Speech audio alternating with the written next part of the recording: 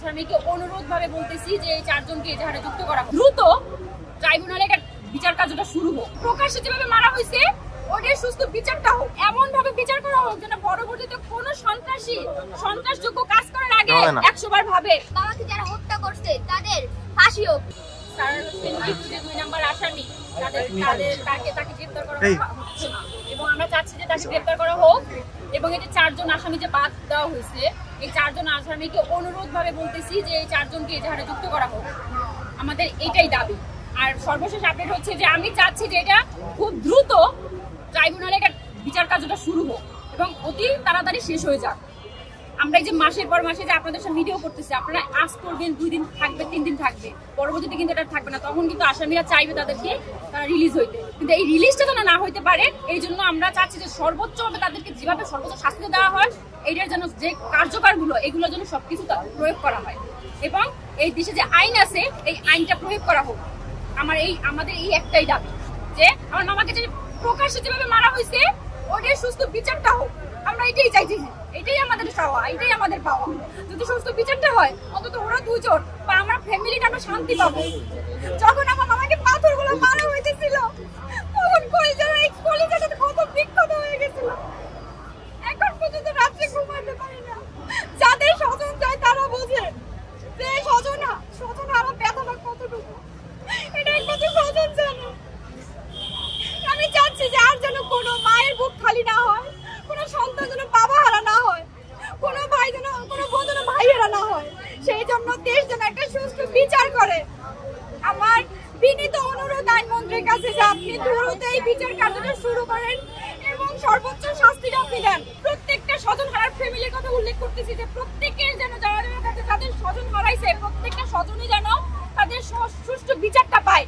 আমি শুধু আমার মামার কথা বলতেছি না, প্রত্যেকটা স্বজন যেন সুষ্ঠু বিচার পায় এবং এমন ভাবে বিচার করা হোক যেন পরবর্তীতে কোন সন্ত্রাসী সন্ত্রাসযোগ্য কাজ করার আগে 100 বার ভাবে যে এই বাংলাদেশ হচ্ছে একটা আইন আওতাধীন।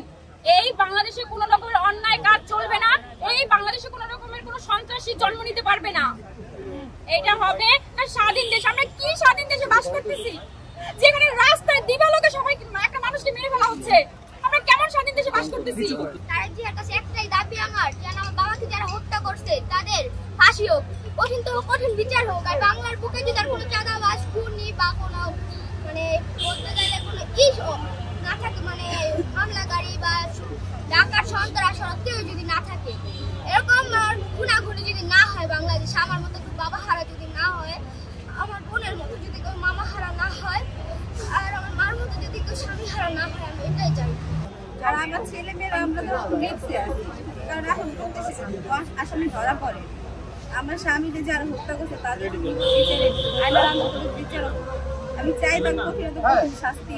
আমার মতো বিধবা না হয়, আমার ছেলে আমার মতন কষ্ট যেন পেটা দেয়। এখন আমার ছেলে মেয়ে কত কষ্ট হইতেছে। এখনো যখন আমার স্বামী না, আমার ছেলে মেয়েদের ভবিষ্যৎ কি করবো, কি দেখবো, তারা আমার স্বামী বাঁচতে দিল। আমি চাই না আমার মতন আর কোনো ফ্যামিলিতে যেন এরকম কষ্ট না হবে।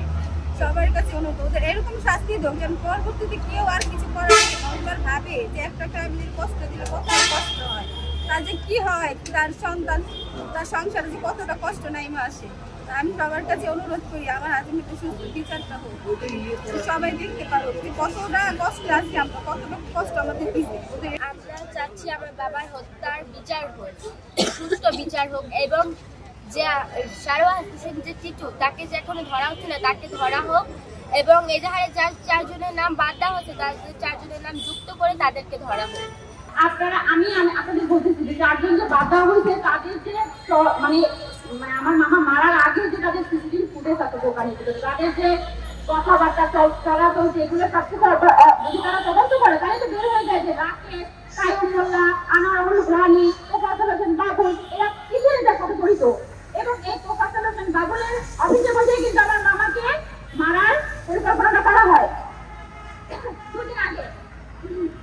তো এই ক্ষেত্রে পুলিশে যখন বলছি তখন তারা বলছে যে না আমরা সিসিটিভি ফুটেজে দেখা গেছে তাদেরকে আমরা অ্যারেস্ট করবো এবং যদি তারা এটার সাথে জড়িত থাকে আমরা তো অজ্ঞাত রাখছি তাদেরকে এটার সাথে যুক্ত করা হবে এবং কায়েম মোল্লার দোকানে গত 1 মাস ধরে তাদের যাওয়া আসা চলাফেরা ছিল ওখানে বসে এসব প্ল্যানগুলো করছে। তো আমরা চাচ্ছি যে যারা যারা পিছন থেকে তরকারি নাড়ছে হত্যা করানো যারা তারা তো আছেই, কিন্তু মেইন যে মাস্টার মাইন্ড যারা তাদেরকে অ্যারেস্ট করা হোক এবং তাদেরকে লিডারে যুক্ত করা হোক। আমাদের দাবি একটাই। এবং হচ্ছে যে আমার ফারাহ হোসেন টিটু উনি কিন্তু সিসিটিভি ফুটেজেও কিন্তু তাকে দেখা গেছে এবং ওনাকে অতি দ্রুত গ্রেফতার করা হয় এবং অতি দ্রুত তাদের বিচার কাজ শুরু হয় দ্রুত ট্রাইব্যুনালে। হ্যাঁ, এবং ওনাকে কিন্তু উনি কিন্তু প্রথম যে আমার মামাকে যে সোহানা মেডাল থেকে আমার মামাকে টানা হেঁচড়া করে যখন বিয়ে করা হয় তখন কিন্তু সবারই আঙুল দিয়ে কিন্তু ইশারা দেয়। আপনারা দেখবেন, খেয়াল করবেন যে আঙুল দিয়ে ইশারাটা ওরা নামাও, ওই নামায় কিন্তু এলো পাথরে যখন আমার মামাকে কিন্তু ওইখানে বসে কিন্তু এই শুরু হয়। তিন নম্বর গেলেও কিন্তু সারা কিন্তু ছিল, বাবলু ছিল এবং আমি আপনাদের বলেছিলাম যে ঠিক করা ছিল সাদা শার্ট এবং সাদা প্যান্ট, ওইটা কিন্তু বাবুল ছিল। উনি কিন্তু হাতে খাতা ছিল ওনার, উনিও সেই সিসিটিভি ফুটেজে কিন্তু তারা দেখা গেছে।